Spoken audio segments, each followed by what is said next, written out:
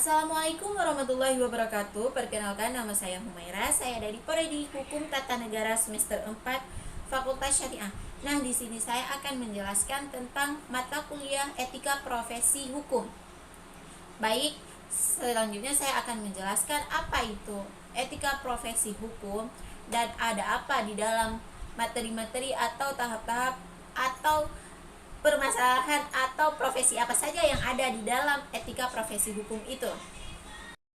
Etika profesi hukum adalah dasar atau acuan yang dijadikan pedoman oleh para penegak hukum dalam menegakkan keadilan yang dituangkan dalam bentuk kode etik profesi hukum.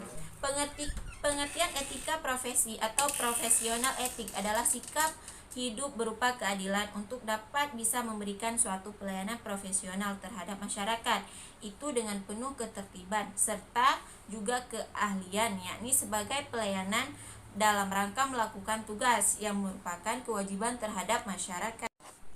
Hubungan etika dengan profesi, khususnya profesi hukum, bahwa etika merupakan profesi sebagai sikap hidup berupa kesiapan agar dapat memberikan pelayanan profesional di dalam bidang hukum terhadap masyarakat dengan ketertiban penuh sebagai keahlian pelayanan dalam rangka melaksanakan tugas dengan berupa kewajiban.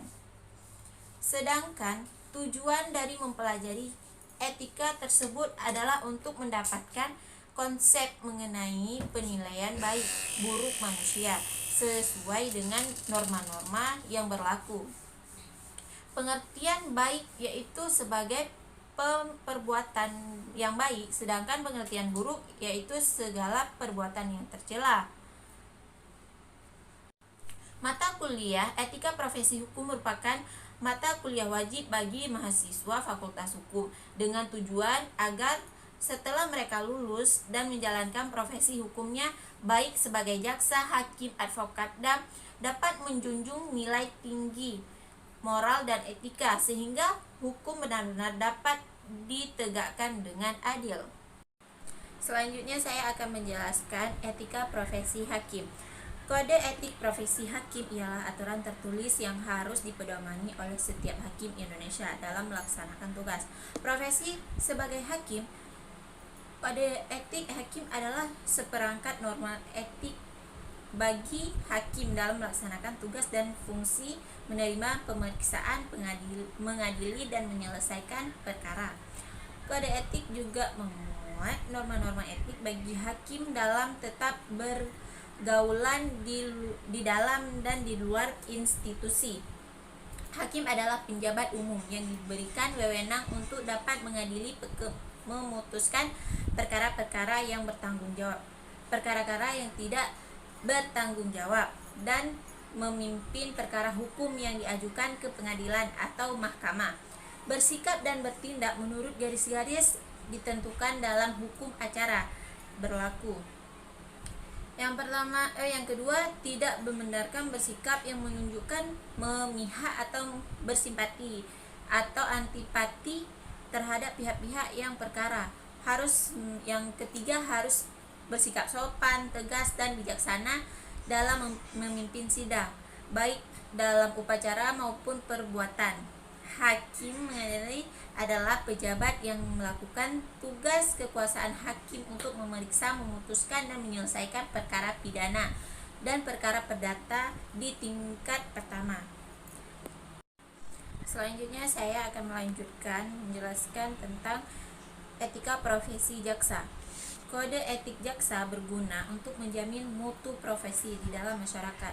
Kode etik jaksa merupakan regulasi mutlak yang dibuat oleh organisasi profesi jaksa yang akan berlaku pada diri jaksa itu sendiri, sehingga dalam penyusunan dilakukan secara mandiri tanpa intervensi pihak lain, mempunyai sikap mandiri, bebas dari pengaruh, tekanan, atau ancaman pendapat publik secara langsung atau tidak langsung, bertindak secara objektif dan tidak memihak, memberitahukan dan atau memberikan hak-hak yang dimiliki oleh tersangka atau terdakwa maupun korban dalam upaya memberikan pelayanan terhadap masyarakat, mencari keadilan sambung dia para jaksa tidak boleh membeda-bedakan suku, agama, dan golongan.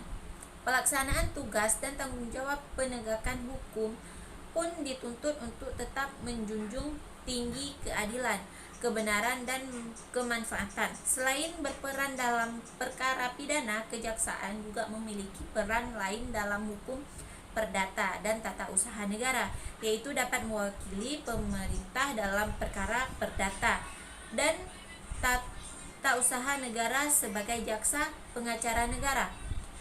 Bab 3 larangan pasal 4 dalam melakukan tugas profesi. Jaksa dilarang yang pertama menggunakan jabatan dan atau kekuasaannya untuk kepentingan pribadi dan atau pihak lainnya. Yang kedua, merekayasa fakta-fakta hukum dalam penegakan perkara. Yang ketiga, menggunakan kapasitas dan otoritas untuk melakukan penegakan secara fisik dan atau psikis. Kewenangan jaksa sebagai penyidik dalam pasal 284 ayat 2 J pasal 17 peraturan pemerintah nomor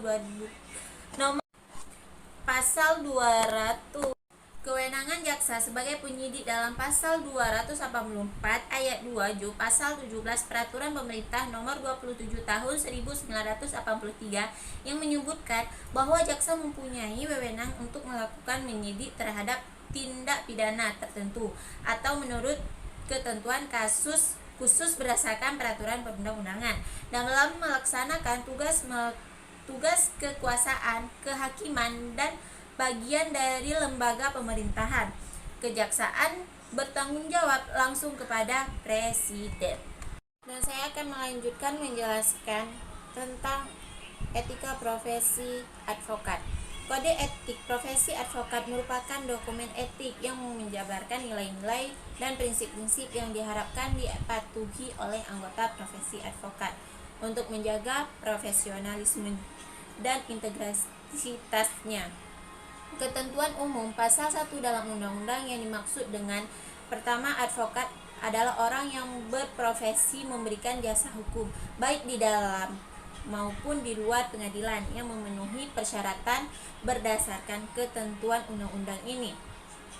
Kode etik profesi advokat. Kode etik penting bagi profesi hukum karena profesi hukum merupakan suatu moral community atau masyarakat moral yang memiliki cita-cita dan nilai-nilai bersama serta memiliki izin untuk menjalankan profesi hukum. Advokat sebagai penegak hukum menjalankan kedudukan, peran, dan fungsinya secara mandiri untuk memberikan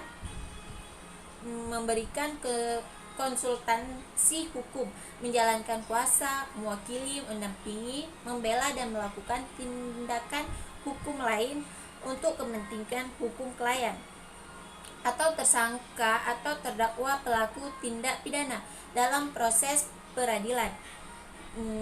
Dalam sistem peradilan pidana, advokat berperan membantu tersangka dan terdakwa untuk memahami proses hukum yang dijalaninya, meliputi tahap pra-adjudikasi, adjudikasi, dan purna adjudikasi.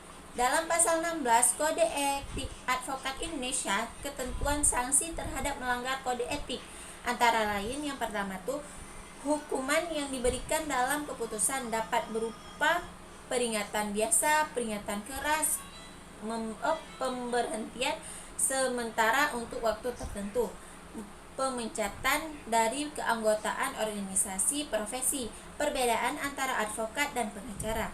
Yang sini akan saya jelaskan sedikit. Advokat memiliki kewenangan untuk mengajukan gugat dan memberikan penjelasan hukum di pengadilan. Sebaliknya, pengacara hanya dapat memberikan bantuan hukum dan nasihat hukum, namun tidak memiliki hak untuk mengajukan gugat di pengadilan. Pasal 5 ayat 1 Undang-Undang Nomor 18 Tahun 2003 tentang advokat menyebutkan advokat berstatus sebagai penegak hukum, bebas dan mandiri yang dijamin oleh hukum dan peraturan perundang-undangan. Maka kedudukan advokat adalah setara atau sederajat dengan aparat penegakan hukum lainnya atau polisi, jaksa, dan hakim. Hal ini diatur dalam pasal 56 ayat 1 KUHP. melihat ketentuan peraturan perundang-undangan dan kode etik advokat. Pada dasarnya, memang tidak ada ketentuan yang secara eksplisit melarang advokat untuk membela dirinya sendiri. Baik, terima kasih atas perhatiannya. Mungkin cuma ini yang dapat saya sampaikan tentang mata kuliah etika profesi hukum. Dan apabila mungkin ada kesilapan atau ketidakjelasan tentang saya saat saya menjelaskan materi tersebut, saya mohon maaf. Saya akhiri, wabillahi taufiq wal hidayah. Wassalamualaikum warahmatullahi wabarakatuh.